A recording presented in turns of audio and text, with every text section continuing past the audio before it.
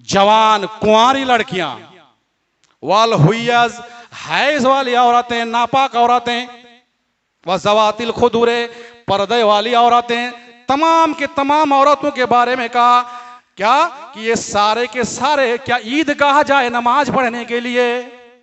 मर्द लोग आगे बैठेंगे, वो लोग पीछे बैठे वो लोग को ईदगाह लेके जाएं। लेकिन फिर आगे क्या कहा, पयाता जिलना सलात, नापाक औरतें क्या कहा, अम्मल हुयज, जो हैज वाली औरतें हैं ये लोग नमाज से अलग रहेगी, थोड़ा दूर में हटके रहेगी। हाँ, वह यशहदनल खैर, लेकिन दीगर अच्छे कामों में शरीक रहेगी। वह दावत अल मुस्लिमीन, और मुसलमानों की वाज़ो नसीहत में शामिल रहेगी। दावत अल मुस्लिमीन के मतलब ये नहीं है कि मुसलमानों की दुआ में शामिल रहेगी।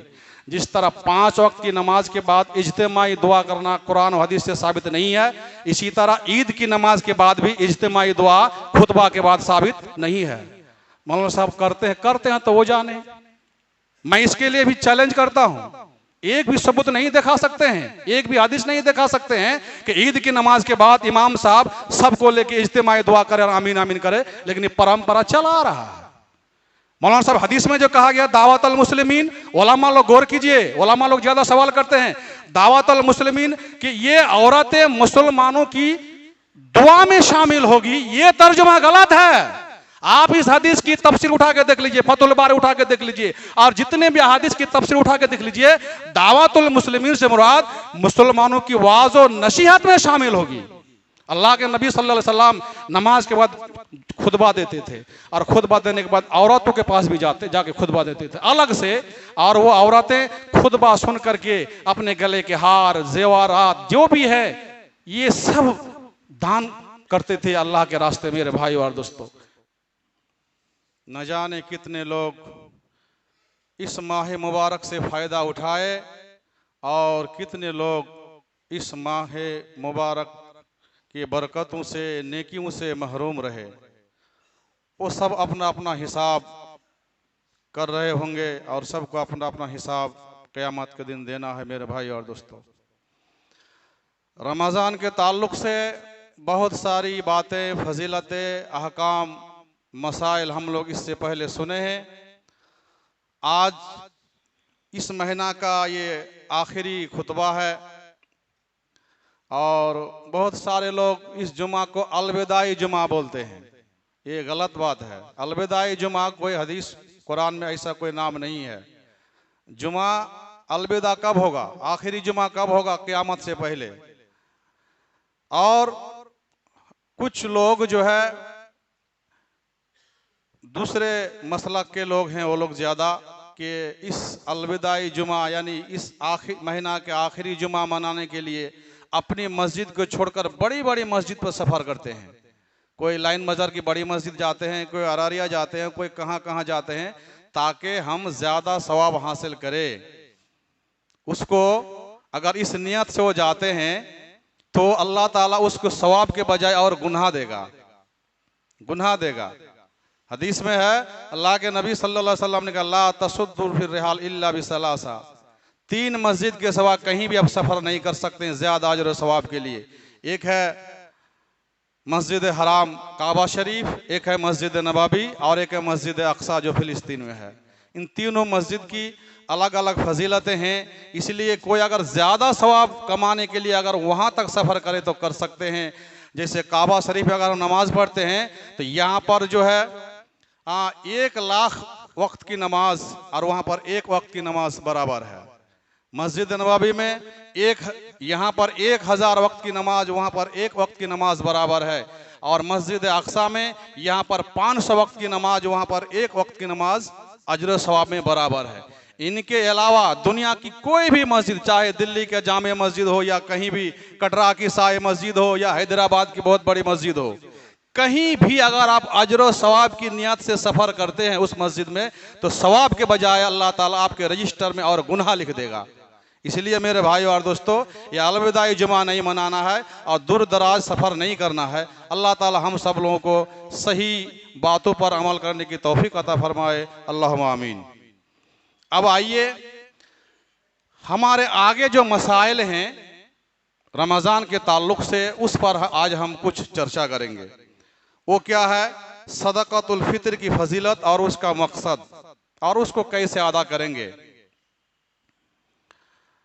चूँकि ये महीना के आखिर में होता है, मुस्लिम शरीफ और बुखारी शरीफ, इसके अलावा भी दीगर कुतुब अहादीस के अंदर सदक़ातुल फितर के ताल्लुक से बहुत सारे अहादीस आई हैं। जैसे ये मुस्लिम शरीफ की हदीस है, हज़रत अब्दुल्ला बिन उमर बयान करते हैं कि अन्ना रसूलुल्लाह सल्लल्लाहु अलैहि वसल्लम फ़रज़ा ज़कातुल फितर, अल्लाह के नबी सल्लल्लाहु अलैहि वसल्लम ने ज़कातुल फितर यानी ये सदका फितर को फ़र्ज किया है। फ़र्ज समझ रहे ना, उसको करना ही है, देना ही है। फ़र्ज क्या है? मिन रमज़ाना, रमज़ान में अला कुल्ले नफ्सिन मिनल मुस्लिमीन, मुसलमानों के हर नफ्स की जानिब से, हर आदमी की जानिब से ये सदका फितर फ़र्ज है। हुर्रिन औ अब्दिन, चाहे आज़ाद हो या गुलाम हो, रजुलिन औ इमरातिन, मर्द हो या औरत हो, सगीरिन औ कबीरिन, छोटा हो या बड़ा हो, सामिन तमरिन औ सामिन सईरिन, एक सा खजूर या एक सा जौ। यहाँ तक कि ईद की नमाज से पहले अगर किसी के यहाँ बच्चा पैदा हो जाता है तो उस बच्चा का भी आपको सदका फितर देना है। और दूसरी हदीस में देखिए, हजरत अबू सईद खुदरी रज़ियल्लाहु ताला अन्हु बयान करते हैं, कुन्ना नुअतीहा फी ज़मानिन नबी सल्लल्लाहु अलैहि वसल्लम साम मिन ताम, हम लोग अल्लाह के नबी सल्लल्लाहु अलैहि वसल्लम के ज़माने में एक सा खाने में से देते थे। खाना, यहाँ ताम का लफ्ज़ आया है। ताम से मुराद जिस इलाके में खजूर खा के वो लोग जिंदगी गुजारते हो तो खजूर से वो लोग सदका फितर अदा करेगा।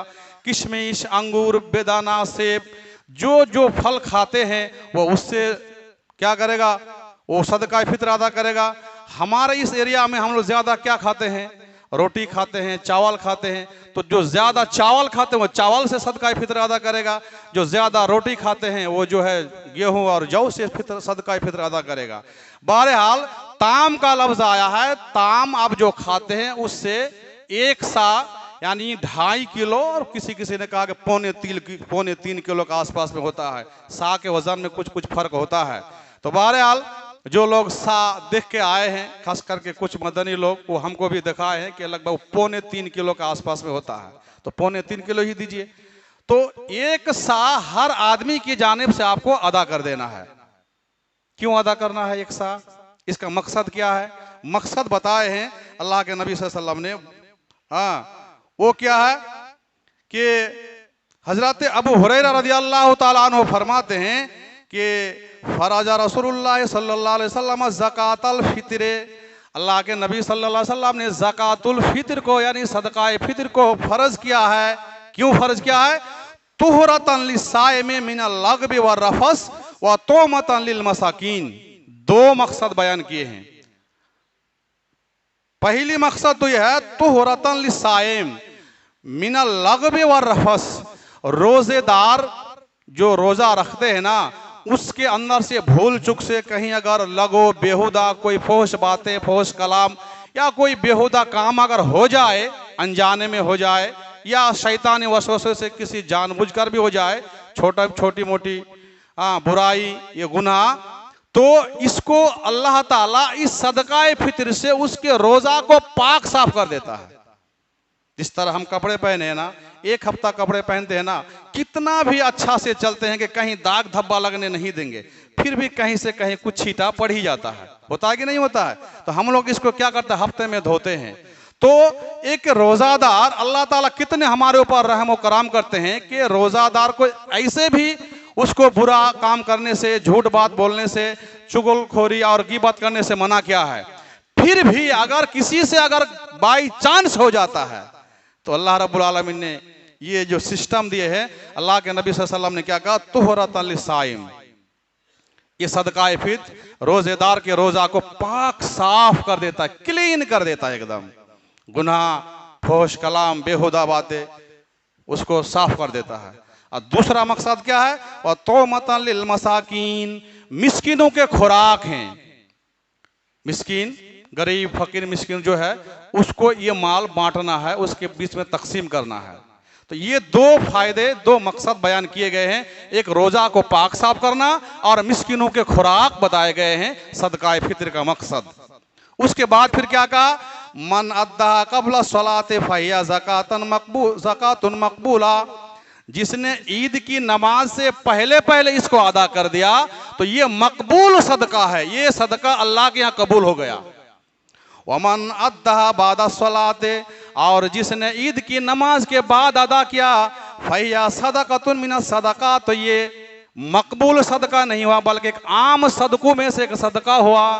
फर्ज सदका अदा नहीं हुआ, वाजिब सदका अदा नहीं हुआ, बल्कि एक आम, जिस तरह आम दिनों में हम लोग दान खैरत करते हैं, सदका करते हैं, ठीक इसी तरह हमने गोया कि आम दिनों में दान और खैरत किया, आपका फर्ज अदा नहीं हुआ। मन अद्दहा, अद्दहा के माना क्या हुआ कि जिसको आपको सदका फित्र देना है वहां तक पहुंच जाए, ये है अदा। अदा ये नहीं है कि हम मंडल सरदार के यहाँ जाके जमा कर दिए, हमारी पंचायत जमात में जमा कर दिए और उसको बांटेंगे ईद के दूसरे दिन, ईद के एक दिन बाद, ईद के 2 दिन बाद। लेकिन ये सिस्टम आज हमारे बीच में चला है, ये सिस्टम हमारे बीच में जमाने से चला है। मेरे भाई और दोस्तों, मैं आज आप लोगों के बीच कह रहा हूं, जिसके पास भी ये जिम्मेदारी है सदकातुल फित्र बांटने का, तकसीम करने का, उसको चाहिए कि वो क्या करे, ईद की नमाज से पहले पहले बांट दे। आप कहेंगे मौलाना साहब कैसे बांटेंगे, बांटने का तरीका क्या? आइए एक कुरान की आयत देखते हैं। अल्लाह रब्बुल आलमीन ने कहा इन तुब्दु सदकात फइनिम्मा हिया, अगर तुम सदका जाहिर करके देते हो तो ये भी अच्छी बात है। व इन तुखफुहा व तुहल फुकारा फहुवा खैरुल लकुम, और अगर तुम सदका को छिपा कर देते हो, व तुहल फुकारा, और फुकारा तक पहुंचा देते हो। अल्लाह के नबी सल्लल्लाहु अलैहि वसल्लम के ज़माने में माल गनीमत या ज़कात का माल हो या सदका फित्र हो, तकसीम करके पहले लिस्ट बनाते थे कि हमारे समाज में किसको किसको ये माल देना है, वहां तक पहुंचा देते थे। और जो पहुंचा देते थे, जो माल कलेक्शन करते थे, वलामिलीना अलैहा, बल्कि उसको भी उसकी मजदूरी देते थे उस माल से। आप सदका फित्र से, ज़कात के माल से जो माल पहुंचाएगा घर घर, गरीबों के घर घर, मिस्किनों के घर घर, उसको आप इस माल से मजदूरी आप दे सकते हैं। लेकिन ऐसा होता है क्या? नहीं होता है। भाई साहब, ये सदका फित्र देने के लिए क्यों कहा कि वो भी हमारे साथ ईद की खुशी में शामिल हो, और हम माल कब बांटते हैं? ईद के बाद। सरासर गलत है, कयामत दिन आपको हिसाब देना पड़ेगा मेरे भाई और दोस्तों। लेकिन एक सिस्टम हम लोग क्या बनाते हैं, उस गांव के गरीब इस गांव में, इस गांव के फकीर उस गांव में, एकदम ईद के बाद जो लाइन लगा के मांगना शुरू कर देते, ये भी गलत है। अगर हर गांव में जितने फकीर मिस्किन, मान लीजिए कनुआ बाजार गांव है, एक है मिर्जापुर का मात एक गांव है, अगर हर गांव के मंडल सदर अपने गांव का लिस्ट बना लीजिए कि हमारे गांव में 10, 20, 15 फकीर मिस्किन मोहताज हैं, इनको हमें सदका फित्र बांटना है।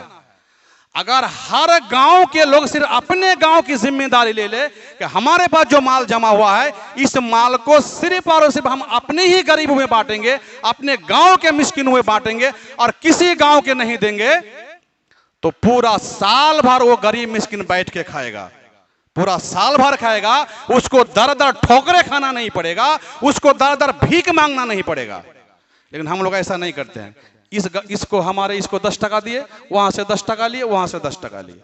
हर गांव में इस तरह सिस्टम बना दे मेरे भाई और दोस्तों, तो किसी को मांगने की जरूरत नहीं पड़ेगी मेरे भाई और दोस्तों। और जो जिम्मेदार है वो लिस्ट बना के जितना हिस्सा होगा उसके घर तक पहुंचाना है, आपकी ये जिम्मेदारी है। अगर ऐसा नहीं करते हैं, कल क़यामत के दिन आपका पैर उठेगा नहीं, जम जाएगा। हिसाब देते देते आप थक जाएंगे, पसीना से शराबोर हो जाएंगे मेरे भाई और दोस्तों। इसलिए आज मैं जुमा के खुतबे में अल्लाह ऐलान करता हूं, जिसके पास भी ये जिम्मेदारी है वो ईद से पहले पहले माल को बांट के तकसीम करके खत्म कर देना चाहिए। और दूसरी बात यह है कि ईद के दिन भीख मांगना भी मना है। बहुत सारे लोग यहाँ चादर लेके बैठ जाते हैं ईदगाह के मैदान में। इससे पहले हम बहुतों को उठाया हूं, ये गलत तरीका है। ईद के दिन किसी को भीख देना ही नहीं है। अगर कोई बैठता है तो ये शरीयत के खिलाफ है, उसूल के खिलाफ है, उसको उठा देना है। तुम आज क्यों भीख मांग रहे हो? तुमको तो माल हमने कल ही बांट दिए हैं, तुम क्यों आज मांगने के लिए आए हो? उसको उठा दीजिए फील्ड से मेरे भाई और दोस्तों। तो ये सदका फित्र जो है गरीबों तक हमें पहुंचाना है, जो हकदार है वहां तक हमें बांटना है, पहुंचाना है। एक सवाल बहुत लोग हमको क्या है कि मौलाना बेनमाजी और बेरोजादार का सदका फित्र जमा लेंगे कि नहीं लेंगे? नहीं लेना है। जिसकी नमाज नहीं है, जिसका रोजा नहीं है, उससे कोई मतलब ही नहीं है। उसको कह दीजिए आप आपका माल क्या करेंगे, कहां बांटेंगे, वो आप जाने और अल्लाह जाने। हमसे आप लोगों को कोई मतलब नहीं है। आपका जो है ये सदका फित्र हम लोग अपने हिस्सा में जमा नहीं ले सकते, उसको छोड़ दीजिए। बहरहाल मेरे भाई और दोस्तों, तो ये थी सदका फित्र के ताल्लुक से जरूरी बातें। और भी बहुत सारे बातें इंशाअल्लाह करेंगे। दूसरी बात है कि अगर आपके जो रिश्तेदार हैं, रिश्तेदारों में मान लीजिए कि भाई बहन या खाला फूफी नानी चाचा चाची कोई भी हो, गरीब होता है कि नहीं होता है, उन लोगों को अगर आप देते हैं ज़कात का माल, सदका का माल, तो आपको डबल सवाब मिलेगा। ये बात भी जान लीजिए, आपको डबल सवाब मिलेगा। कुछ लोग कहते हैं कि मौलाना हमारे यहाँ तो कुछ गरीब मोहताज हैं, लेकिन उसकी आदत बहुत खराब है। हम उनके साथ अच्छा सलूक करते हैं तो मेरे साथ बुरा सलूक करते हैं। हम उसके साथ कुछ दया मेहरबानी करते हैं तो मेरे साथ जो है और जो है उल्टे खुराफात का काम करते हैं। नहीं, उसको भी आप दीजिए। हदीस देख लीजिए, मुस्लिम शरीफ की हदीस है। हजरत अबी हुरैरा रज़ियल्लाहु ताला अन्हु बयान करते हैं, अन्ना रजुलन काला या रसूल अल्लाह, एक आदमी अल्लाह के नबी सल्लल्लाहु अलैहि वसल्लम के पास आया और पूछा, अल्लाह के रसूल, इन्नाली कराबतन असलुहुम व यक्तऊनी, अल्लाह के रसूल मेरे कुछ रिश्तेदार हैं, मेरे कुछ रिश्तेदार हैं, असलुहुम व यक्तऊनी, मैं उनके साथ सिला रहमी करता हूं, ताल्लुक जोड़ता हूं, लेकिन वो ताल्लुक को तोड़ता है। मैं उसको जोड़ने की कोशिश करता हूं और वो हमको तोड़ने की कोशिश करते हैं। वह उहसिनु इलैहिम व युसीऊन, मैं उनके साथ अच्छा सलूक करते हूं और वो मेरे साथ बुरा सलूक करते हैं। और क्या करते हैं, वह अहलुमु अन्हुम व यजहलूना अलैया, मैं उनके साथ बुर्दबारी से पेश आता हूं, लेकिन वो मेरे साथ जहालत से पेश आते हैं। तो मैं क्या करूं, उसको भी सदका दूं, उसको भी, उसके ऊपर भी हम मदद करूं? अल्लाह के नबी सल्लल्लाहु अलैहि वसल्लम ने कहा, लाइन कुंता कमा कुलता, हकीकत में तुम जैसा बोल रहे हो और तुम जैसा कर रहे हो, अगर ऐसा ही करते हो जैसा तुमने कहा, तो फकअन्नमा तुसिफुहुमुल मल्ला, तो गोया कि तुमने तुम्हारे उस भाई के मुंह में आग की राख डाल रहे हो। मतलब क्या है, जो तुम्हारा ऐसा सलूक करते हैं उसका वबाल उसी पर जाएगा, तुम्हारे ऊपर नहीं आएगा। एक दिन उसी के गड्ढे में वो खुद गिर जाएगा। इसलिए तुम उनके साथ सला रहमी करो, उनको भी मदद करो, उनको भी सदका फित्र दो, ज़कात फित्र दो, दूसरी खैरात भी उनको भी दो। वो बुरा करता है, उसका बुराई का अंजाम उसी पर जाएगा। और क्या होगा, एक भलाई तुम्हारे साथ, वला यज़ालु माका मिनल्लाहि ज़हीरुन अलैहिम मा दुम्ता अला ज़ालिक, तुम जब तक जिंदा रहोगे तब तक अल्लाह ताला तुम्हारी बॉडीगार्ड के लिए, तुम्हारी हिफाजत के लिए एक फरिश्ता मुतय्यन कर देगा कि तुम्हें कोई कुछ बुरा, तुम्हें कोई कुछ तकलीफ नहीं पहुंचा सकता है। चाहे तुम्हारा भाई कुछ भी तदबीर कर ले, तुमको कोई नुकसान नहीं पहुंचा सकता है। ये अल्लाह तुम्हारे ऊपर एक बॉडीगार्ड मुतय्यन कर देगा। कितनी बड़ी बात है। तो मेरे भाई और दोस्तों, ये है सदका फित्र के ताल्लुक से और भी दूसरे सदकात के ताल्लुक से कुछ बातें। अब आइए, सदका फित्र अदा करने के बाद हम लोग क्या करेंगे, ईदगाह जाएंगे ईद की नमाज पढ़ने के लिए। इसको ईद के ताल्लुक से बहुत सारी बातें हैं। जब हम ईद की नमाज पढ़ने के लिए जाए तो सुबह सुबह नहाए, खुशबू लगाए, तेल लगाए और ताक खजूर खा के जाए।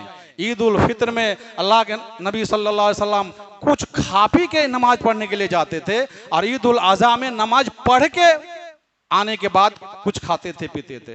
तो अगर कोई खजूर, खास करके बिजोड़ ताक खजूर खा के जाते हैं तो ये सुन्नत तरीका है। ईद की नमाज पढ़ने के लिए आप जाएंगे तो पैदल जाइए, किसी सवारी पर नहीं, मोटरसाइकिल पर नहीं, साइकिल पर नहीं। हाँ, जो बहुत दूर से आते हैं तो अगर उसको तकलीफ है तो बहरहाल सवारी पर सवार हो सकते हैं, लेकिन सुन्नत तरीका यह है कि आप पैदल जाए और पैदल आए। और एक तरीका, एक सुन्नत तरीका क्या है, आप जिस रास्ते से जाएंगे आप जाते समय जो है दूसरे रास्ता इख्तियार कीजिए। घर से आए, मान ले जोका से आए, इधर से आए हैं, घर जाएंगे नमाज पढ़ के नीलबाड़ी होकर उधर से चले जाइए। ये सुन्नत तरीका है। तो जब हम सुन्नत पर अमल करेंगे तो यकीनन उसका अजर व सवाब अल्लाह ताला हमें ज्यादा देंगे। ईद के दिन बहुत सारे लोग बोलते हैं और मोबाइल में लिखते हैं जो ईद मुबारक हो, ईद मुबारक हो, ऐसा बोलते हैं। लेकिन इससे एक बेहतर जुमला हम लोगों को सिखाए साहबाए कराम से, हम लोगों को सीख मिला है। वो क्या है? ईद के दिन हम क्या कहें, एक दूसरे को मुबारकबाद कैसे दे।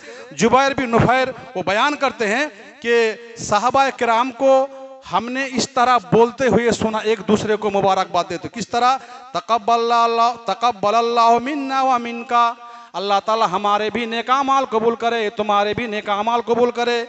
या तक़ब्बलल्लाहु मिन्ना व मिनकुम, जमा का सिगा भी इस्तेमाल कर सकते हैं और वाहिद का सिगा भी इस्तेमाल कर सकते हैं। सबको अगर दुआ देते हैं तो कहेंगे तक़ब्बलल्लाहु मिन्ना व मिनकुम, हम तमाम लोगों से अल्लाह ताला अच्छे अमाल कबूल करे, आप तमाम लोगों की जानिब से अल्लाह ताला अच्छे अमाल कबूल करे। जब एक एक को दो देंगे, आपके अमाल कबूल करे, मेरा अमाल कबूल करे, तो तक़ब्बलल्लाहु मिन्ना व मिनक, इस तरह के अरबी के अल्फाज आप दूसरों को दुआ देंगे, तो ये सबसे बेहतर तरीका मेरे भाई और दोस्तों। दूसरी बात ईद के ताल्लुक से, अल्लाह रब्बुल आलमीन ने कुरान करीम के अंदर हर नेक काम में जहां मर्द को शरीक किया है वहां औरतों को भी शरीक किया है। इन्नल मुतसद्दिकीन वल मुतसद्दिकात वस्साइमीन वस्साइमात वल मुस्लिमीन वल मुस्लिमात, यानी जहां भी रोजेदार मर्द रोजेदार औरतें, मुसलमान मर्द मुसलमान औरतें, दान खैरात करने वाले मर्द दान खैरात करने वाली औरतें, बहुत लंबी आयतें हैं। हर खैर में उसको शरीक करना है। लेकिन हम लोग जमाने से एक सुन्नत से औरतों को महरूम करके रखा है। वो क्या है? ईद की नमाज। ईद की नमाज में औरतों को आना चाहिए। ताकीद किया अल्लाह के नबी सल्लल्लाहु अलैहि वसल्लम ने। हमने मस्जिद के जिम्मेदार लोगों से भी डिस्कस किए हैं, मदरसा के जिम्मेदार लोगों से डिस्कस किए हैं कि हर हाल में आप लोग औरतों के लिए इंतजाम बनाइए ईदगाह के लिए, और ना कल क़यामत में आप लोग फंस जाएंगे। इंतजाम करना है, जैसे भी हो आपको करना है। अगर नहीं करेंगे तो हम लोग जवाब देते थे, थक जाएंगे मेरे भाई और दोस्तों। ये जो हमारे गांव में, हमारी मस्जिदों में, किसी के घरों में, किसी के दरवाजे पर 10, 20, 50 औरत ईद की नमाज पढ़ती है ना, ये गैर शरई काम है, गैर कानूनी काम है। पढ़ लेते हैं, दिल को तसल्ली देने के लिए क्या करेंगे? कहीं भी सबूत नहीं है अलग से ईद पढ़ना, अलग से 5 वक्त की नमाज पढ़ने की सबूत है, अलग से जुमा पढ़ने की सबूत है, अलग से ईद पढ़ने की सबूत कोई नहीं दिखा सकते हैं। वीडियो रिकॉर्डिंग हो रहा है मेरा, अगर किसी को मेरी बात पर एतराज है तो हमसे बहस कर सकते हैं, 5 गो उलमा मेरे साथ डिस्कस कर सकते हैं। ईद की नमाज अलग से औरतों को पढ़ने का कोई ऐलान, कोई अलाव नहीं है मेरे भाई और दोस्तों। हम लोग करते हैं। आइए एक हदीस देखते हैं, बुखारी मुस्लिम की हदीस है। हजरत उम्मे अतिया रदियल्लाहु अन्हा बयान करती हैं कि अमराना रसूलुल्लाह सल्लल्लाहु अलैहि वसल्लम अन नुखरिजहुन्ना फिल फित्र वल अज़हा, अल्लाह के नबी सल्लल्लाहु अलैहि वसल्लम ने हम लोगों को हुक्म दिया ईद उल फित्र में और ईद उल अज़हा में, दोनों ईद में क्या हुक्म दिया? अल अवातिका, जवान कुंवारी लड़कियां, वल हुय्यज, हैज वाली औरतें, नापाक औरतें, व ज़वातिल खुदूरे, पर्दे वाली औरतें, तमाम के तमाम औरतों के बारे में कहा क्या कि ये सारे के सारे क्या ईदगाह जाए नमाज पढ़ने के लिए। मर्द लोग आगे बैठेंगे, वो लोग पीछे बैठेंगे, बैठे वो लोग को ईदगाह लेके जाएं। लेकिन फिर आगे क्या कहा? पयाता जिलना सलात, नापाक औरतें क्या कहा? अम्मल हुय्यज, जो हैज वाली औरतें हैं ये लोग नमाज से अलग रहेगी, थोड़ा दूर में हटके रहेगी। वह यशहदनल खैर, लेकिन दीगर अच्छे कामों में शरीक रहेगी। वह दावत अल मुस्लिमीन, और मुसलमानों की वाज़ो नसीहत में शामिल रहेगी। दावत अल मुस्लिमीन के मतलब ये नहीं है कि मुसलमानों की दुआ में शामिल रहेगी। जिस तरह 5 वक्त की नमाज के बाद इज्तिमाई दुआ करना कुरान और हदीस से साबित नहीं है, इसी तरह ईद की नमाज के बाद भी इज्तिमाई दुआ खुतबा के बाद साबित नहीं है। मौलाना साहब करते हैं तो वो जाने। मैं इसके लिए भी चैलेंज करता हूं, एक भी सबूत नहीं दिखा सकते हैं, एक भी हदीस नहीं दिखा सकते हैं कि ईद की नमाज के बाद इमाम साहब सबको लेके इज्तिमाई दुआ करे और आमीन आमीन करे, लेकिन ये परंपरा चला रहा है। मौलाना साहब हदीस में जो कहा गया दावत अल मुस्लिमीन, उलमा लोग गौर कीजिए, उलमा लोग ज्यादा सवाल करते हैं। दावत अल मुस्लिमीन कि ये औरतें मुसलमानों की दुआ में शामिल होगी, ये तर्जुमा गलत है। आप इस हदीस की तफसीर उठा के देख लीजिए, फतहुल बारी उठा के देख लीजिए, और जितने भी हदीस की तफसीर उठा के देख लीजिए, दावतुल मुस्लिमीन से मुराद मुसलमानों की वाज़ और नसीहत में शामिल होगी। अल्लाह के नबी सल्लल्लाहु अलैहि वसल्लम नमाज के बाद खुतबा देते थे और खुतबा देने के बाद औरतों के पास भी जाके खुतबा देते थे अलग से। और वो औरतें खुतबा सुन करके अपने गले के हार, जेवरात जो भी है ये सब दान करते थे अल्लाह के रास्ते। मेरे भाई और दोस्तों, उसके बाद फिर दुआ की सबूत नहीं है, वाज़ो नसीहत की सबूत है, दुआ की सबूत नहीं है, इज्तिमाई दुआ की सबूत नहीं है। लेकिन हम लोग दुआ पढ़ेंगे, जब ईदगाह जाएंगे तकबीर पढ़ेंगे, अल्लाहु अकबर, ला इलाहा इल्लल्लाह, अल्लाहु अकबर वलिल्लाहिल हम्द।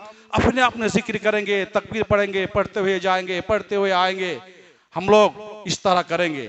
लेकिन ईदगाह में इमाम और मुक्तदी सब मिलकर इज्तिमाई दुआ की सबूत नहीं है। अल्लाह ताला हम सब लोगों को सही हदीस पर अमल करने की तौफीक अता फरमाए।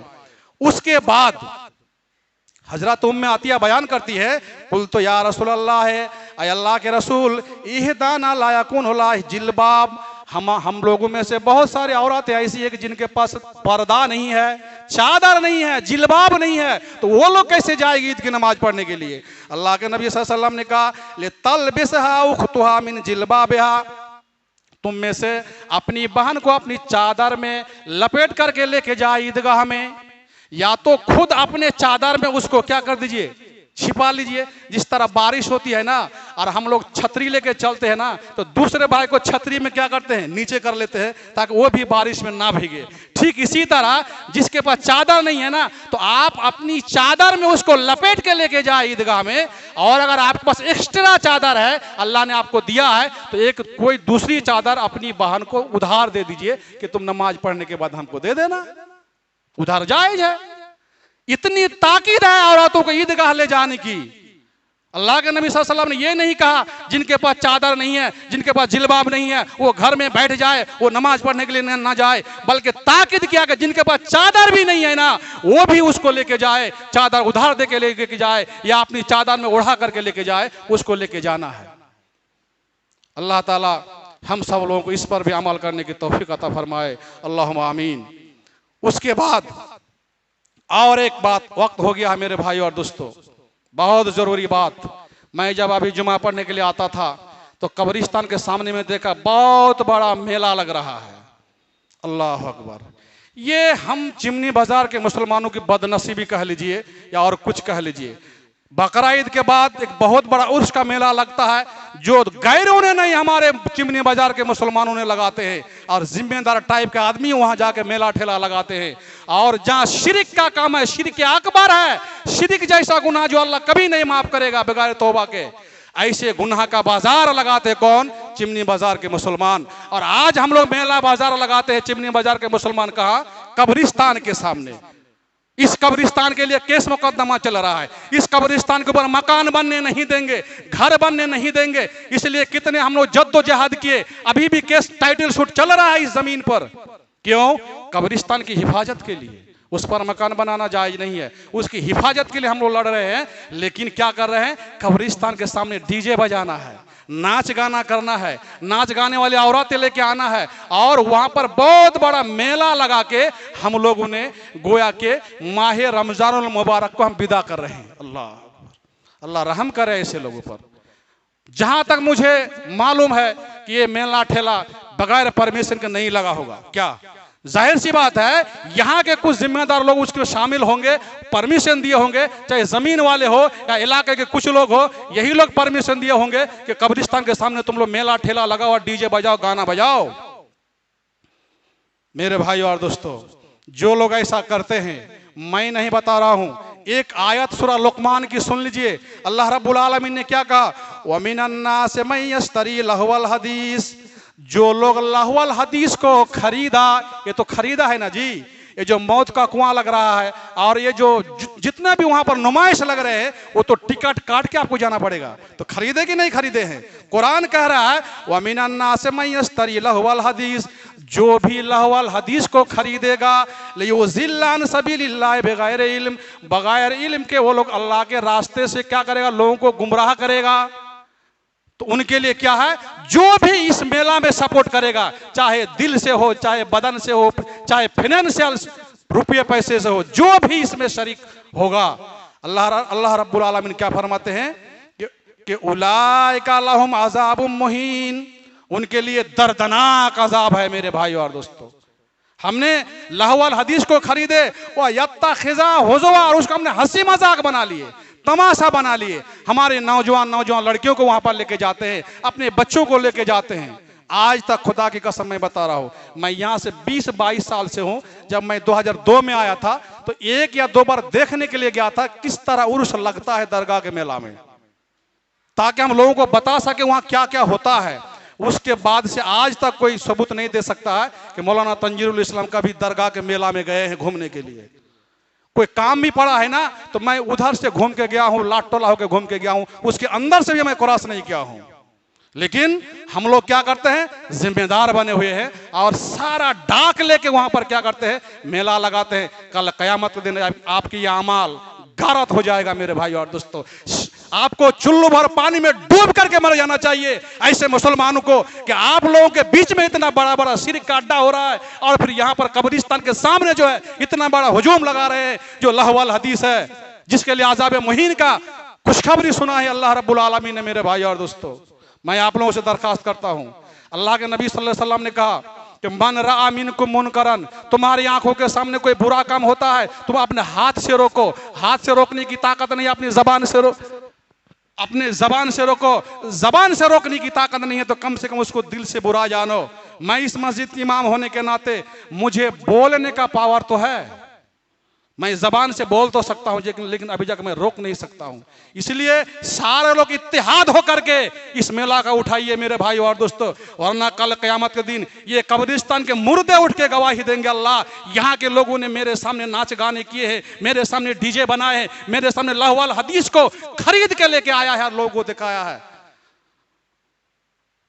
अल्लाह रब्बुल आलमीन से दुआ है कि इलाहुल आलमीन हम तमाम लोगों को सिरात मुस्तकीम पर चलने की तौफीक अता फरमा। इलाहुल आलमीन हम तमाम लोगों को बुरे अमाल से बचने की तौफीक अता फरमा। इलाहुल आलमीन हम लोग जो ये रोज़े, ये क़यामुल लैल, ये जो नमाज, ये जो दीगर नवाफिल हम लोग करते हैं, इलाहुल आलमीन इन सब को अल्लाह तो हमारी जानब से कबूल फरमा। आमीन। व आखिरु दावाना अनिल हम्दुलिल्लाहि रब्बिल आलमीन व मा अलैना इल्लल बलाग व अलैकुमुल हिसाब।